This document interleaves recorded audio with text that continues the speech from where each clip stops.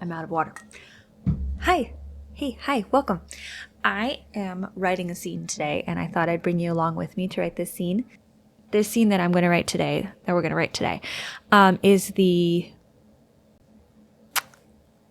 yes, but of the finale of my book, The Time Traveler's Hotel, which I am self-publishing at the end of this year. So I am writing that scene. So I know in my head, now I'm a discovery writer. Spoilers. I'm a discovery writer, so we're going to discover it together today. I have a general gist of what needs to occur in this scene. So basically, this scene is, so the finale is the yes, this scene is the but. And I like that for the end of a first book. It leaves things open, and then I do have a scene that will follow this scene that I'm writing today. I do have a scene that is a kind of a more of a denouement, reset status quo type scene, and it is a reprise of an earlier scene, which plays into the theme of kind of a theme in the book, a reoccurring deal, which I guess is a theme. Yeah, okay. So I'm going to do that. I'm going to turn on some music for myself at Spotify. So I don't make a playlist for when I'm writing, but I pick one. So for this book, for The Time Traveler's Hotel, I have pretty much exclusively been listening to a playlist on Spotify called Deep Focus. I'll link it below. And it's just a Spotify playlist. I didn't make it. It's just Spotify had it. And it is very ambient. I want to say ambient techno. Yeah, it says keep calm and focus with ambient electric guitar. Yeah, it's very ethereal space vibes, which fit this book really well. So it helps me get into the right headspace. Anyways, let's write this scene. Do you like my shirt, by the way? This always reminds me of the theater teacher in High School Musical. It kind of has like Professor Trelawney vibes if I had blonde curly hair, which I don't, but that's okay. Okay, let's write the scene. Also, I need to raise my desk. Okay, now we're gonna write. Oh, I never wrote. Oh, okay, so this is just. I was confirming that I don't have any other versions of this scene. I don't. Or anything leading up to it. No, it's just, this is brand new. So it's very intimidating writing a brand new scene into what is supposed to be your final draft. But here we are. This is not the only scene that I have to write from scratch. Because, I don't know. Okay.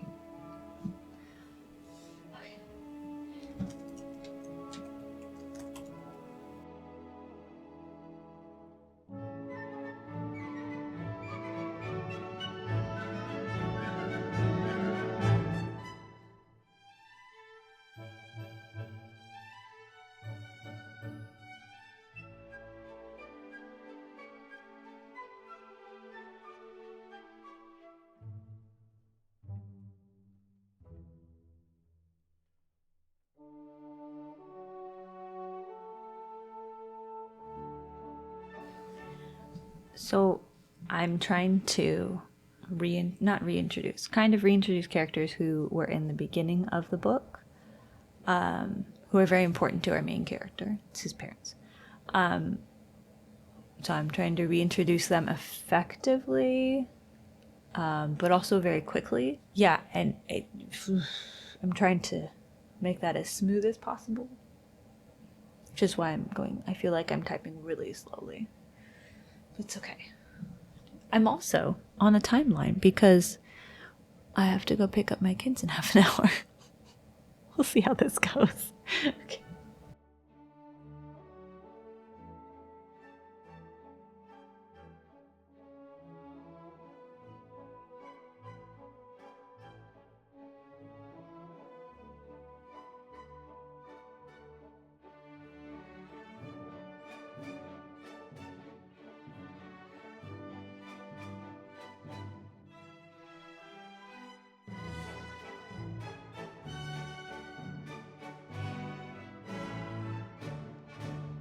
So that scene was quick, what I wrote, but I think it will work.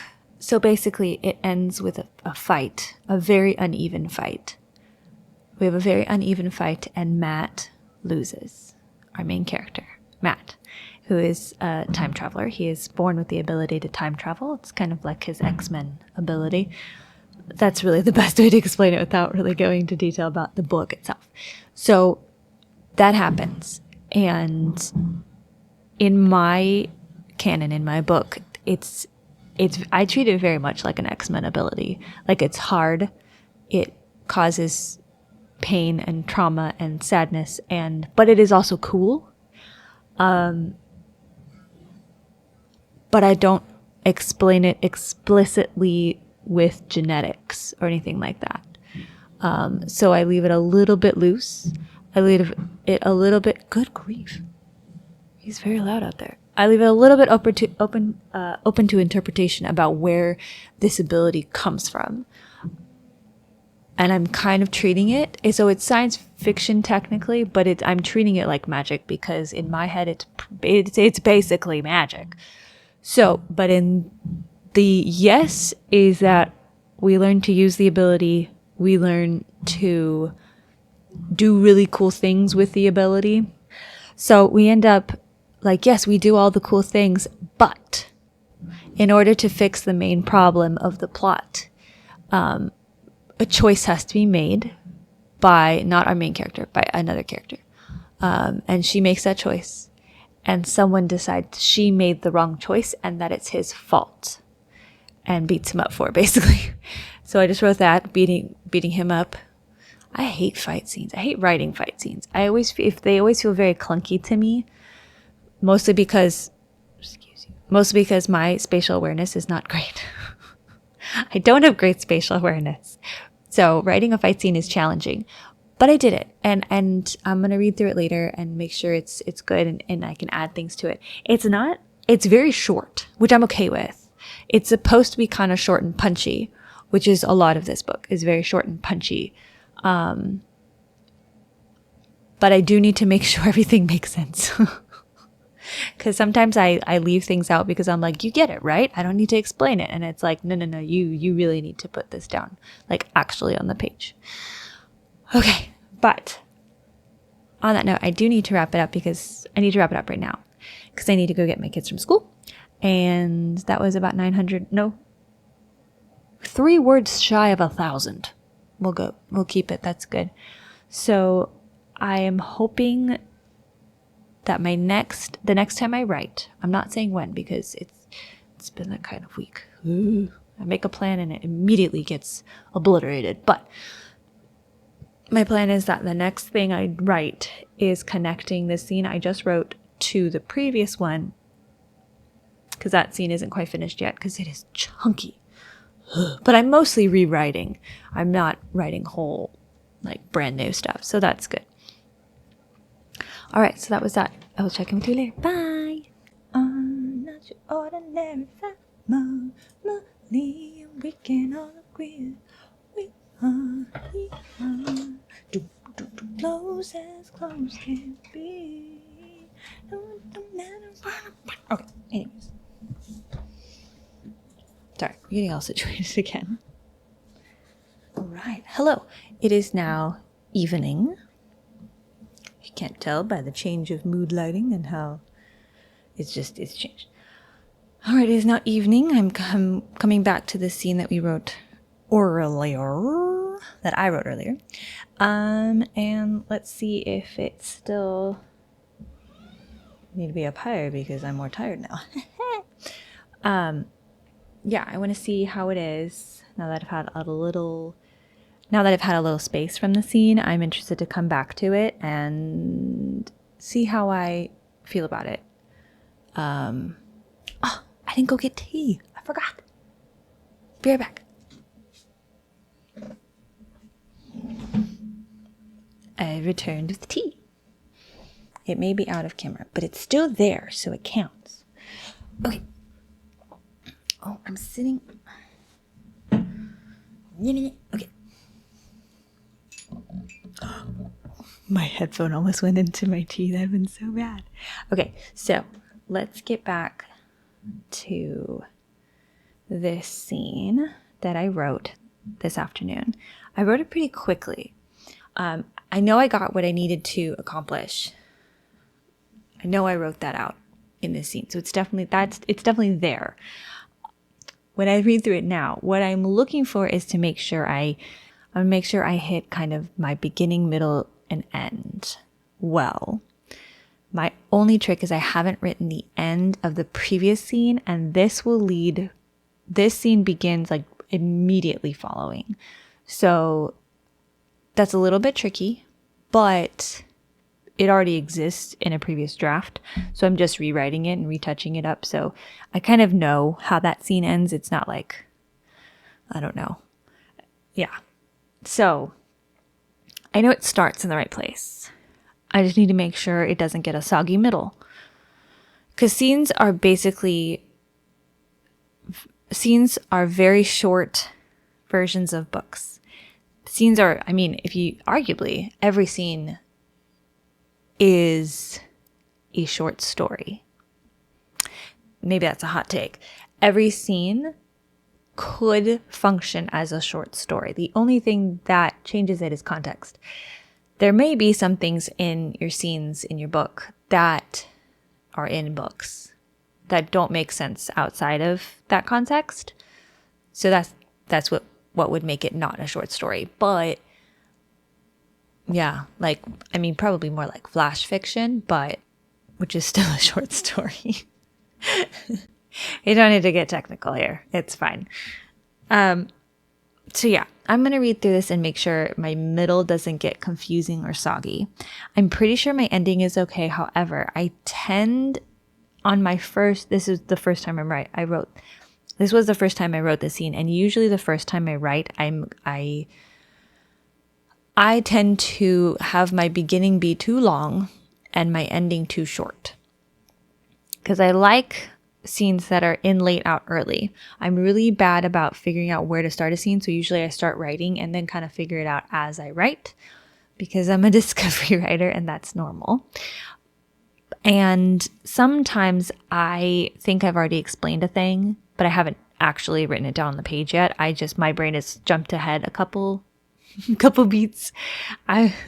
So then I stop the scene before I've actually finished the action or finished explaining or whatever. So sometimes that happens. So I am going to read through this scene and check for that and get back to you in a sec. Okay, let's see.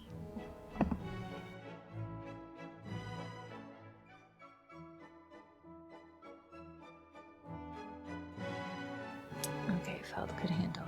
I'm in the first sentence and I already had to fix it. It's fine.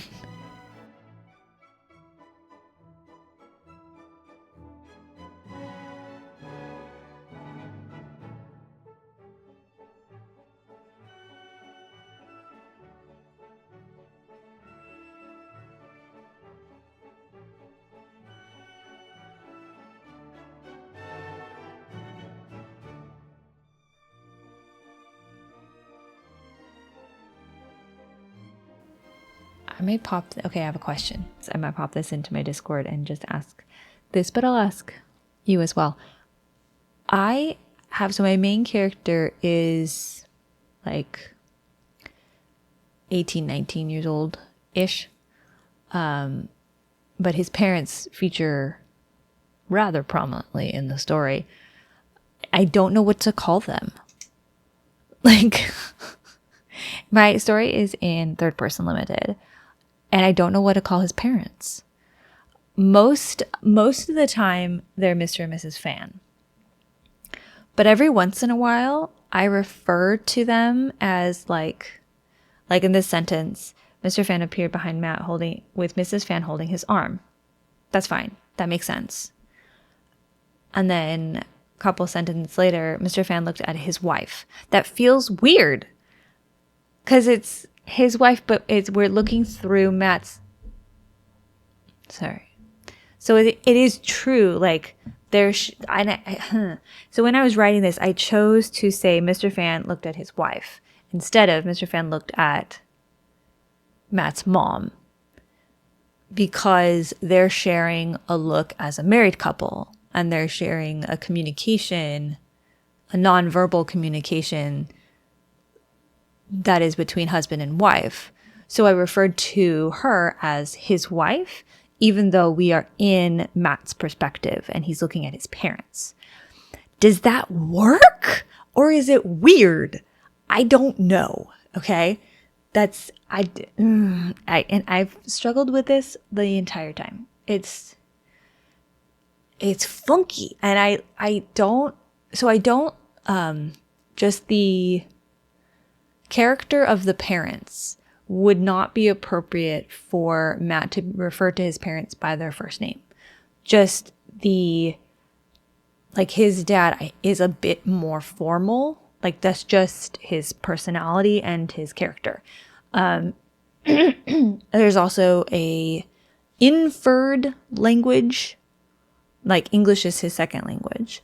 So there's an inferred, like, not language barrier, but like that it's a factor that English is his second language. So he's a little bit more formal in his speaking, and that's just his kind of his personality. That's kind of more of the factor, his personality, rather than the language thing. But I don't know, because I refer to him mostly as Mr. Fan and Mrs. Fan, and I think there's a scene where they refer to each other by their first name, and it's exclusively the parents talking to each other. That is the only time I drop first names. Other than that, it's Mr. and Mrs. or like mom, dad, husband, wife. It's tricky. This is the part where third person limited can be kind of tricky. So I think it works. I think I'm going to leave it at Mr. Fan looked at his wife, because it would be kind of, because that conveys the right thing. You guys, okay, so it says, Mr. Fan looked at his wife, in the next sentence, she gave him an "I told you so" kind of look. Like that's a husband and wife interaction that a son is watching. So it wouldn't make sense to change Mr. Fan looked at his wife to Mr. Fan looked at my mom. Or it's not my mom because it's third person. So it'd be Matt's mom. It would just be weird. I'm going to leave it. I think it feels weirder to me than it actually is. I'm going to go with that. All right, we're going to keep going. We're making really good progress here. All right. Okay.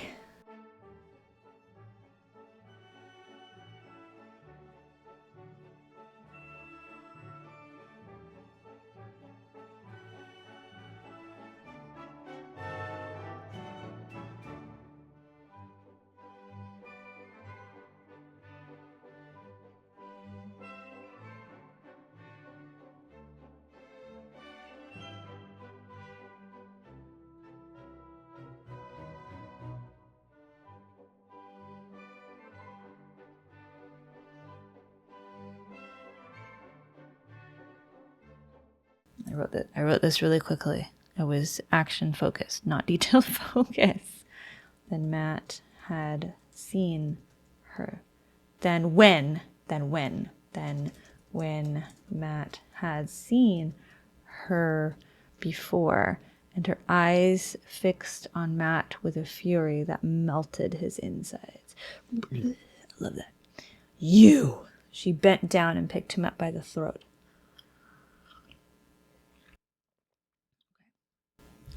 I don't need hers to. She does not stutter, even though I was stuttering, figuring out what she was writing or saying.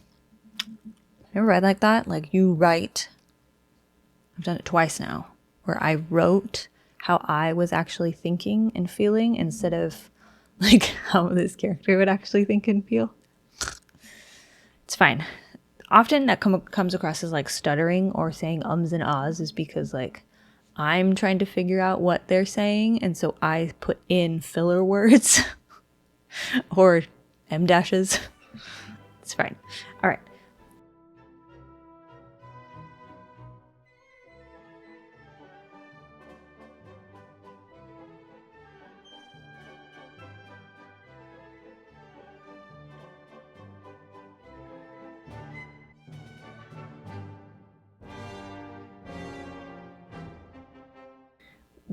the driver's side door. We're just gonna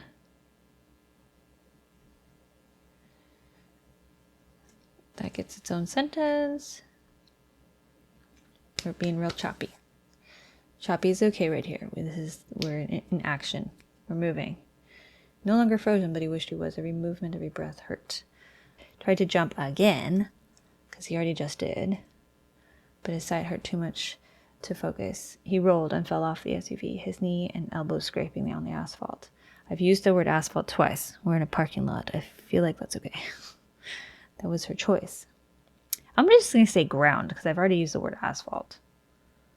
Ground. That's her choice. That's not my fault. Man held on one hand, the other hand stayed on his side. His other hand clutched. We're going to go with clutched. I'm sure I've already used the word clutched, but his ribs are broken, so he's allowed. She squatted down and grabbed his hair, pulling him close to her. Good luck finding your sister. She disappeared and smacked on the floor. I used concrete this time, not asphalt. I'm gonna go floor. I do remember nothing else for a while. I'm just gonna say he blacked out.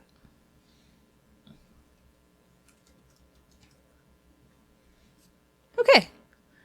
That wasn't bad. I am pleased with that. That hit all the beats. I didn't want to spend too much time. I didn't want to spend too much time in this scene because this is technically after the ending. This is kind of the follow-up to the finale. So I don't want to take too much wind out of the sails of the finale, so this is very short. And the good part about it is that it does end quickly, but this will also move on to a scene.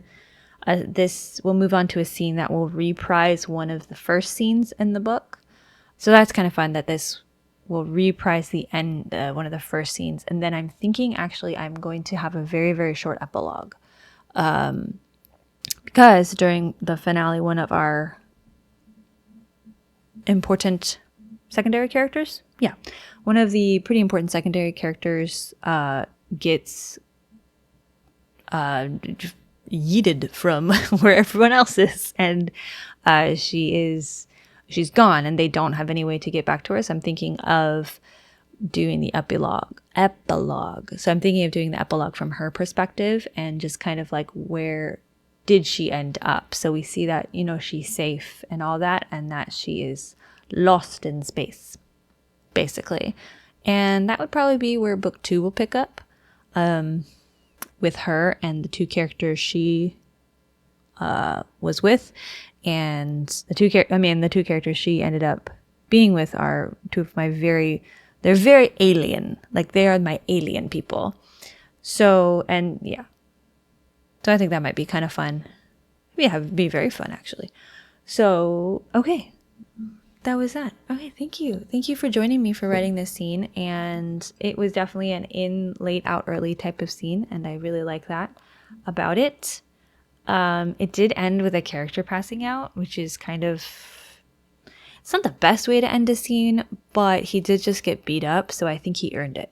Like, he didn't just like get in bed and go to sleep or anything. But yeah, he got beat up, and so he can go to sleep and wake up not with an angry goddess beating him up. It's fine. Yeah, thanks for joining me for that. I'm sorry that there might be some minor spoilers. I will do my best to edit those out. Thank you for joining me for writing this scene. There are links below if you wish to indulge in any of that. Buy me a coffee or a tea on my Ko-fi link. I'd appreciate it.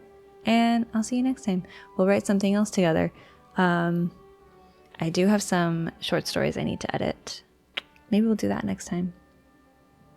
I always say things like this, and then I'm like, oh, now you've made it a goal, and now it's not fun anymore. I don't know.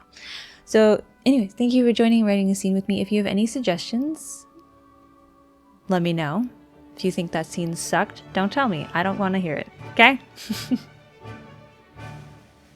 All right. See you next time. Bye.